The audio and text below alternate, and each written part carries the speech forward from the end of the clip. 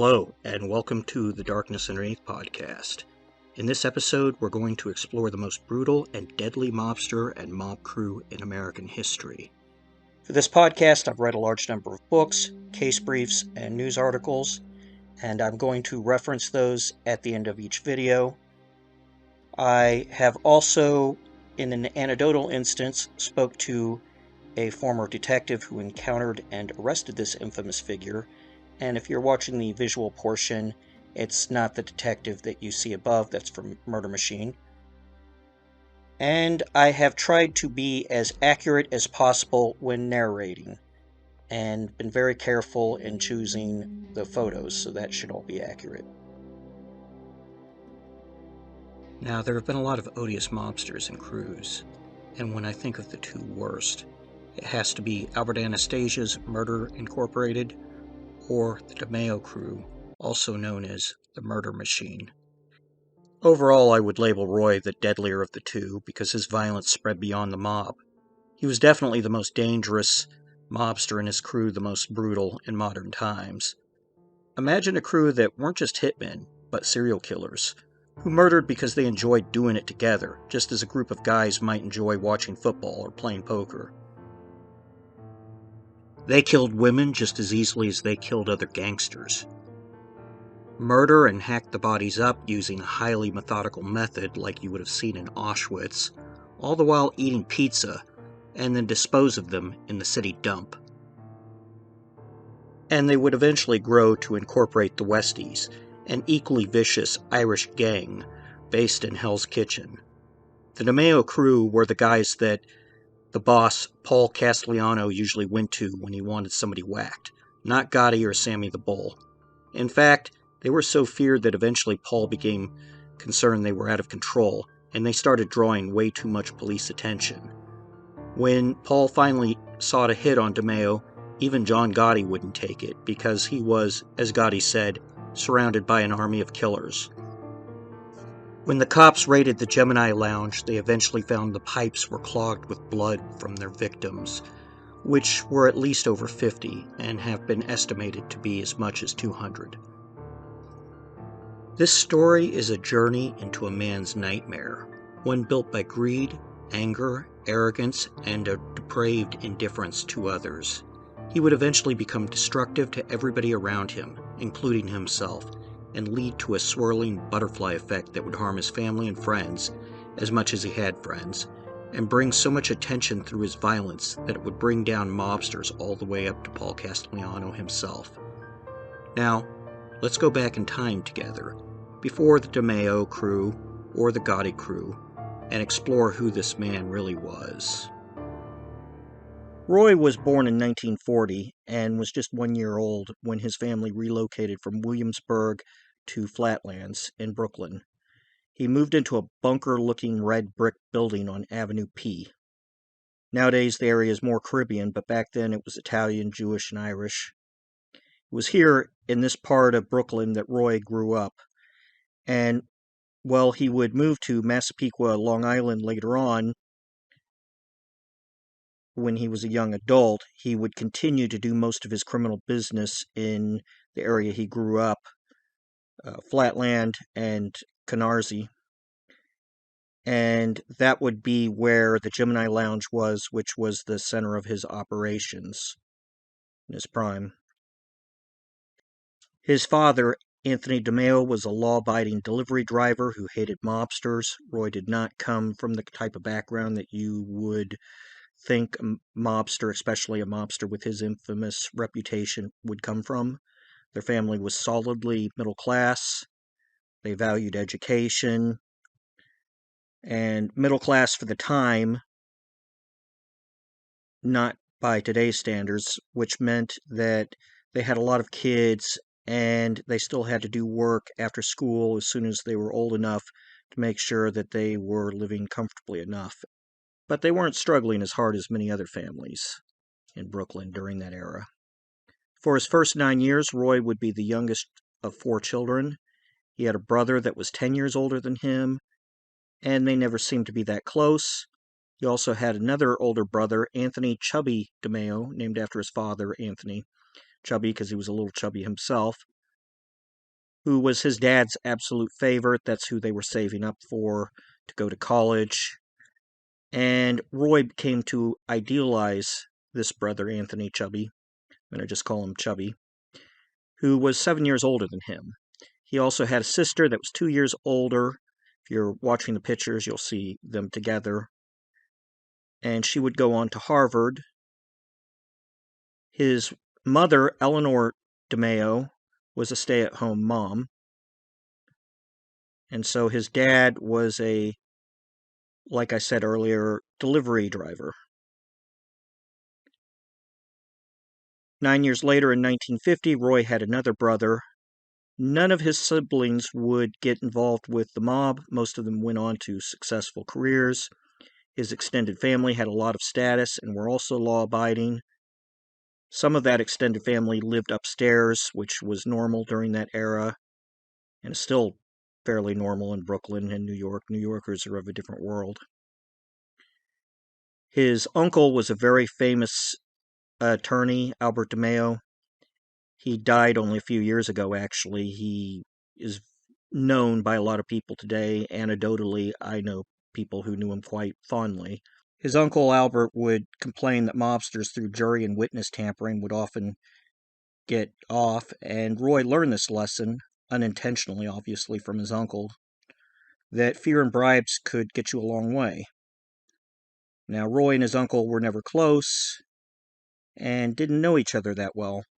And his uncle, he died a few years ago, as I said earlier. At 100 years old, he retired in 1999 from Brooklyn Law School. So it's the era of Leave It to Beaver and I Love Lucy, where everything was at least hunky-dory on the surface, and whatever horrible was happening was usually behind closed doors. Mass shootings did occur back then, but they were rare, and there was gang violence.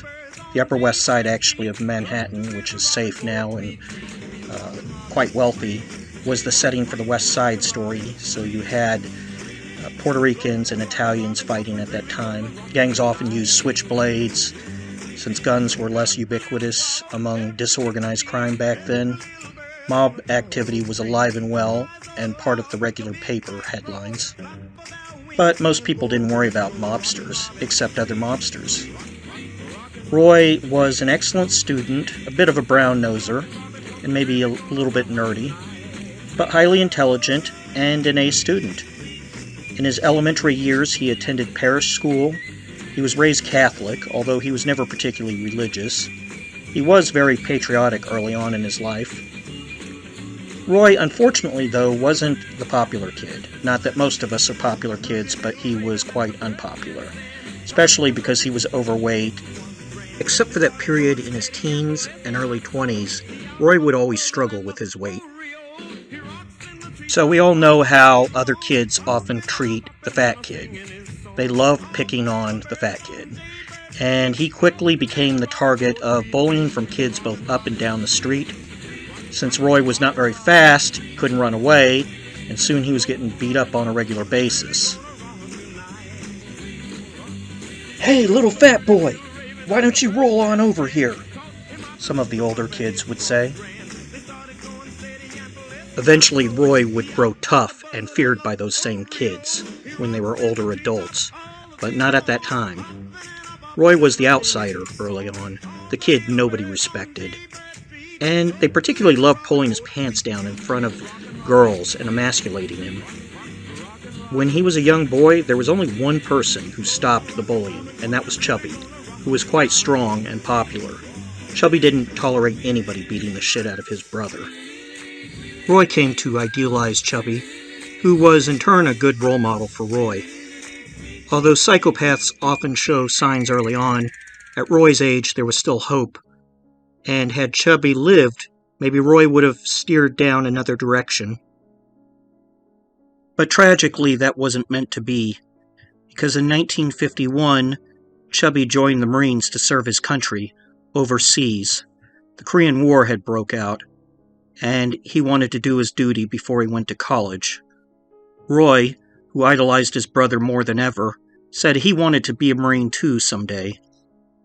But then, within a few months, the Mayo family received a visit from several Marines and learned that Chubby was killed in action.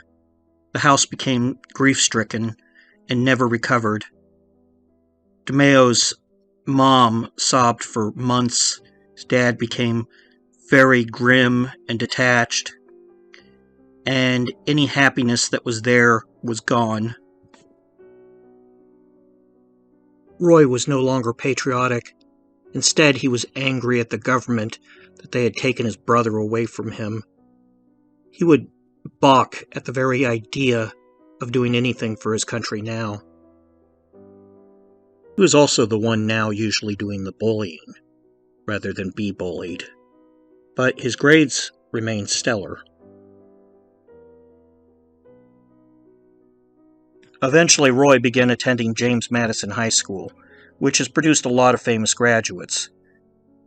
Ruth Ginsburg attended there 9 years earlier. Bernie Sanders was in Roy's class, though they probably didn't know each other.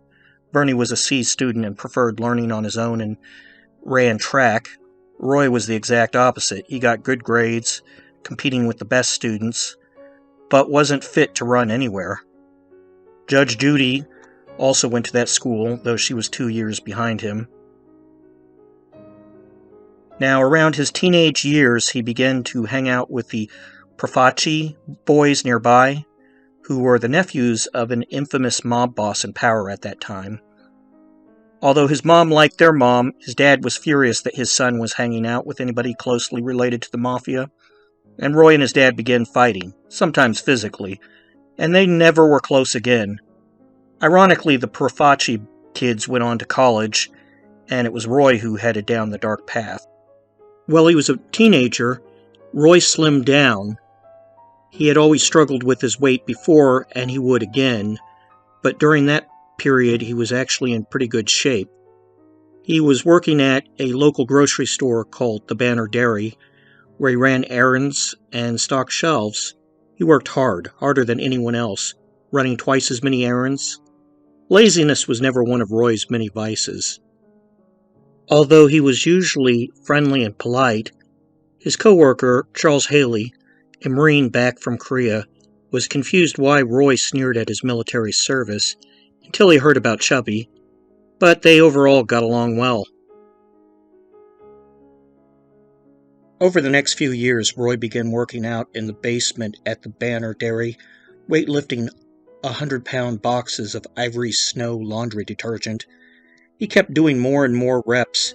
He grew larger in upper body strength with large biceps in his arms, and he would keep that strength for the rest of his life. It was during this period we have the first documented incidents of Roy showing just how vicious and dangerous he could be. There was a much larger kid than Roy who began working at the Banner Dairy named Dave. Charles used to warn Roy about him, saying, "Don't mess with that Dave. He will knock you on your ass." Eventually, Dave and Roy began making fun of each other until it turned into an actual fight. And when Roy attacked Dave, he did so with such ferocity, using gouges, kicks, punches, scratches, anything he could to hurt the other kid, that Dave was overwhelmed and seriously injured. Charles began to get scared Roy was going to kill the other kid, and several workers had to struggle to get Roy off him. Roy was sent home that day. Although he wasn't fired, he worked too hard. Although Roy kept his job, he also now had a new one. Roy had developed a reputation from that fight as somebody not to be fucked with, and he had been using his extra money to loan shark. Roy had no more trouble at work, and was eventually promoted to assistant manager and made an apprentice butcher, learning how to cut apart steer. His skills as a butcher would eventually become invaluable for the mob in disposing of bodies. While loan sharking, he met some guys at Phil's Lounge named Frank Forgin and John Doherty, who taught him about guns, and he became an excellent shot. Roy graduated high school with good grades, but decided not to go to college. He still wasn't interested in becoming a doctor, even though he was smart enough to be a very good one. Instead, he moved into an apartment. At 20, Roy's dad died while coming home on the subway. Roy didn't hate the man or take pleasure in his death, but he felt kind of cold about it, given all the fighting they had done, and got over it much quicker than he had Chubby. His mom and youngest brother moved away to Italy to grieve, and now Roy was alone from his family for the first time. Around this period, he met a cute girl named Glady, and they got married not long after, before they even really knew each other. Glady had no idea Roy wanted to be a career criminal. Their marriage eventually became distant, but Roy had 3 kids out of it, his daughters soon after they had married. And he was absolutely crazy about his kids. He loved them as much as he loved anybody. It was an interesting sentimental streak for someone who became such a violent and unethical man. DeMeo, always the entrepreneur of malfeasance, continued to look for new ways to expand and do business, especially illegal business. He was making a name for himself in Brooklyn among the unsavory and criminal sort. One talent DeMeo had was in networking and figuring out who was useful. At a gas station one day, DeMeo met an awkward and weird man who always smelled like motor oil. His name was Freddie Denomi. Freddie was born in the poor part of Canarsie, known as Pigtown, because back then, in the early 60s, much of it was still farmland. If being poor hadn't been enough of a disadvantage, Freddie had dyslexia and couldn't read. His teachers had considered him just stupid and put him in classes with mentally retarded kids. Freddie, in turn, didn't pass the 4th grade before dropping out and was often mocked for not being able to read and only having been educated up to the 3rd grade. This gave him poor self-esteem. However, Freddie wasn't dumb, quite the contrary. Although his brother Richard Denomi had a skull as thick as concrete, Freddie just hadn't had the proper attention given to him when he was younger. He was actually quite brilliant with cars and could build engines or fix them without manuals. He could fix just about anything when it came to cars. Freddie, who was a little older than Roy, in his 20s, was already an established criminal when they met. He stole cars whenever he wasn't racing them, and changed parts in the Canarsie junkyard. He'd already done 2 years in prison for stealing car batteries. Roy took an immediate liking to Freddie. He was able to sympathize with Freddie because he too used to be an outsider, and he was actually very protective of the car thief. In turn, Freddie became a lifelong follower. He was super loyal to DeMeo and willing to do anything for him. He saw Roy as the most brilliant man in the world. It was in some ways similar to how DeMeo used to see his brother Chubby. Freddie introduced Roy to the junkyards and the Lucchese mobsters who ran them, giving Roy mafia contacts. He also taught Roy how to steal cars. Soon Roy was running his own car theft operation, and Freddie was the man right underneath him running that racket. Freddie used the money he made from stolen Volkswagens to build a race car, and in 1967 began drag racing professionally under the pseudonym Broadway Freddie Dename. Late-night television commercials promoted his appearance at local and national racetracks. He made $100,000 a year at one point, or $747,000 a year in 2020 currency. That's more than a lot of surgeons. Roy would take his son to go see Freddie at the local circuit. Freddie raced almost exclusively on the East Coast and sometimes in Southern California during the winter of 68 or 69. He built 3 or 4 cars, his most famous being a 1976 Buick Skyhawk that he called Saturday Night Fever, the name taken from the movie starring John Travolta. Freddie raced for many years, but he never won a major national award. He gave up that opportunity to become a full-time criminal in the late 70s. By the mid-1960s, Roy was already wealthier than anybody he knew in their 20s, except for Freddie, and he had enough money saved up to build a giant opulent home in Massapequa, the same general area where the boss of the Gambinos, Carlo Gambino himself, lived. Now, his wife might not have been happy with his work, but he was definitely providing for her, and that pleased her. In 1966, 26-year-old Roy would meet 2 men who would play very important roles in his life. One was Chris Rosenberg, a short Jewish kid with a bad attitude and a propensity for violence that rivaled Roy's own. He helped Roy start one of his new illicit businesses, drug dealing. I'll speak about Chris Rosenberg more next episode, along with other members of the Murder Machine. The other important man that Roy would meet that year was the mobster Nino Gadji. Roy's reputation from his car theft ring and loan sharking had made him quite infamous among the unsavory sorts in the area. And Nino was always looking for a good earner.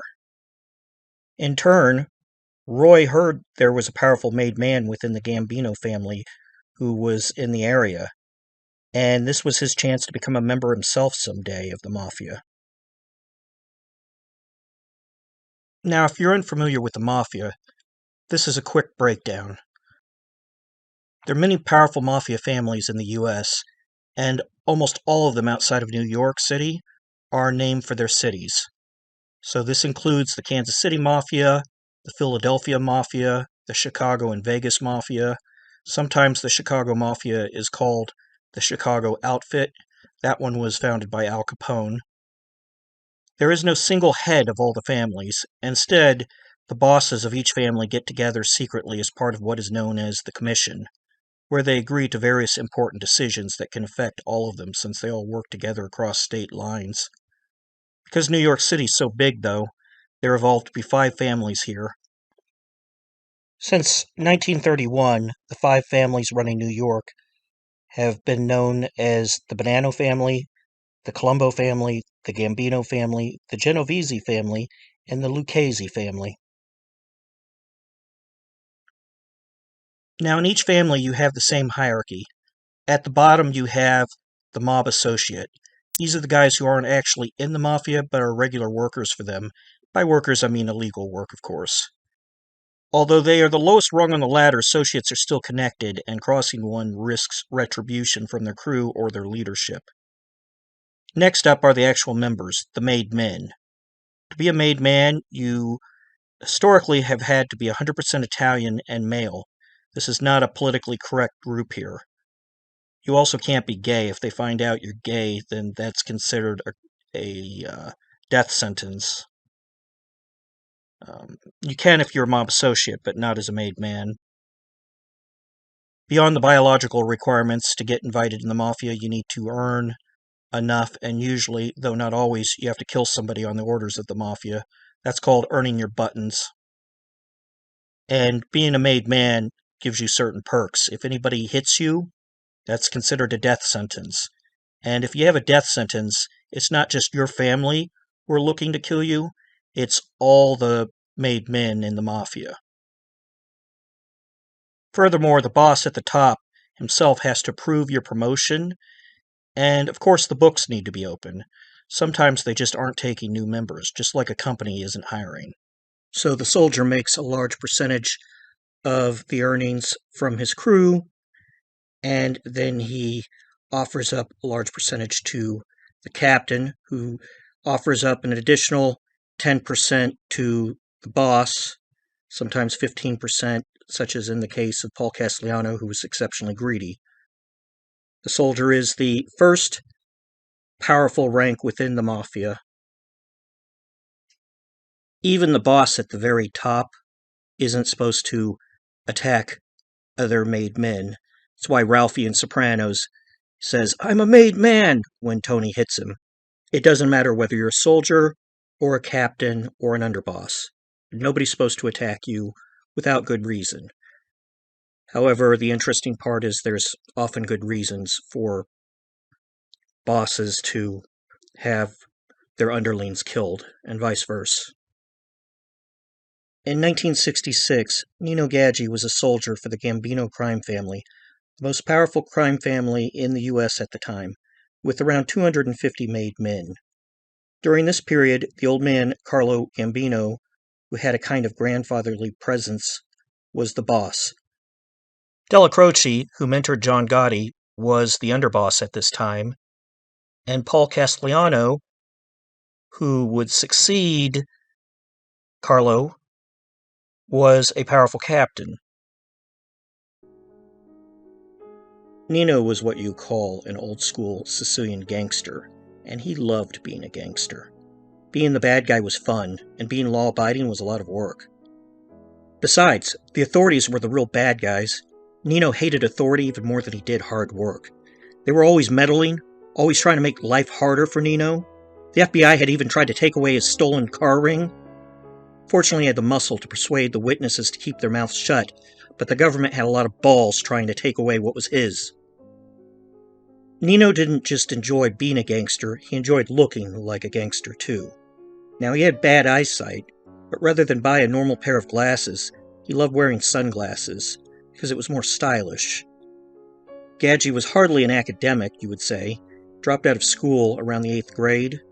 Although he didn't think education was important, he presumed himself educated on everything because he rarely didn't have a strong opinion about something, even if he had never thought about it before. As far as his family life went, he was married to a woman named Rose, but didn't have any children on his own. However, when his sister Marie's husband abandoned her, he adopted her son, Dominique Montiglio, and raised him. Gadji's father's cousin was Frank Scalise, who was a founding member of the Gambino family, and Nino was probably about as ruthless as your average Gambino soldier or captain, maybe on par with Gotti. He seemed like he was a little bit more ruthless when he was with Roy. One aspect about Nino's volatile personality was certain. He never let grudges go. Once he felt like you really crossed him, he would always try to kill you, even if the incident had happened so long ago you'd forgotten about him.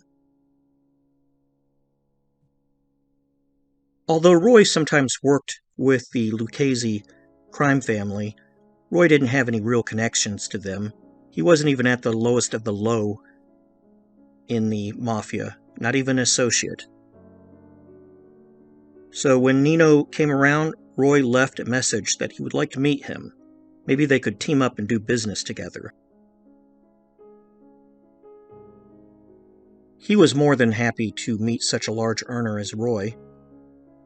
And Nino and Roy finally did meet that year, and they became partners, pooling their money together to give out larger loans for people eager to open up businesses. Eventually, after loan sharking together, Nino decided that it was time to do something new. He suggested they move in on another illegal porn distributor, as Nino had done before. Roy, always the committed sycophant, was more than happy to oblige. Business was going great for 42-year-old smut distributor Paul Rothenberg. He had just moved uptown into a large building on Spring Street in Manhattan and had become a major national distributor of porn films, working 15 hours a day.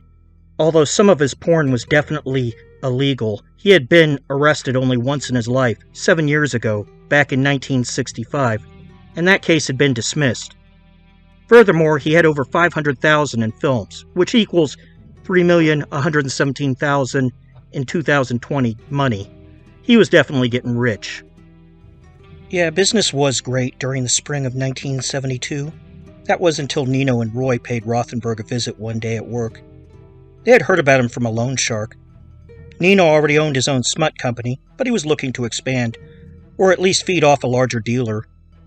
That day when they arrived, Nino explained, "Make us partners, and we'll help your business." Rothenberg smirked and said, "No thanks." Nino had been playing good cop. Now DeMeo got to play his favorite role, bad cop. The large man smacked him and drew a pistol. The message was clear: we ain't asking. Rothenberg decided that was a sufficient negotiating tactic, and both he and his silent partner, Anthony, began paying Nino and DeMeo extortion fees. After all, he couldn't exactly go to the cops since much of his business was illegal. This situation lasted for a year, with Rothenberg complaining to a female over the phone, "I just finished paying this guy off, and he wants more." Finally, when the police found out he was selling illegal porn, they raided and seized over $250,000 in illegal movies, leading to Rothenberg's arrest and felony charges. Now, if either of them talked, Nino and DeMeo would be in big trouble. So DeMeo scheduled a meeting at a diner. He gave Rothenberg $2,500 for his legal defense and a gold wristwatch with diamonds and told him to try to fence it. A few days later, investigators asked Argilia and Rothenberg about numerous cash checks made out to Roy. "Business expenses," Argilia replied. "Extortion payments," Rothenberg said. Rothenberg then grew silent and refused to cooperate. The assistant DA contacted Rothenberg's lawyer and offered to help his case if he would give them information about the extortion scheme. The mob had been extorting pornographers in New York City, not just DeMeo and Nino, but a lot of mobsters. Although several meetings were set up, Rothenberg grew uneasy about cooperating and canceled. His decision not to meet with the prosecutor was a deadly mistake. In mid-July, DeMeo told Rothenberg to meet at the Landmark Diner, close to both where he and Rothenberg's homes were on Long Island.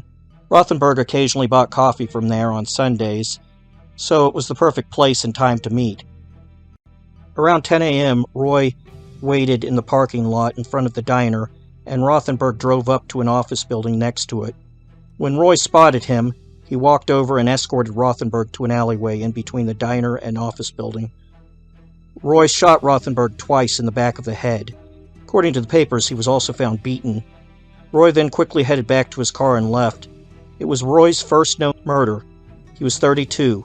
He had thought it would be hard for him to do it, but for a man like Roy, it was actually pretty easy. Instead of feeling guilt or fear, Roy felt proud. The rush of adrenaline and the feeling of power that murder had given him made Roy higher than the coke he snorted. He felt like a god. The most innocuous places, Roy would begin to fantasize about killing everybody around him. "You know something? After you kill, anything is possible." From then on, whenever Roy had a problem, or even thought he might have a problem, if it was connected to somebody he didn't care about, the solution would always be murder, and he would create a highly effective means of killing and disposing of the corpse, called the Gemini Method, which he made into a ritual. Roy had found his new religion, and it was death.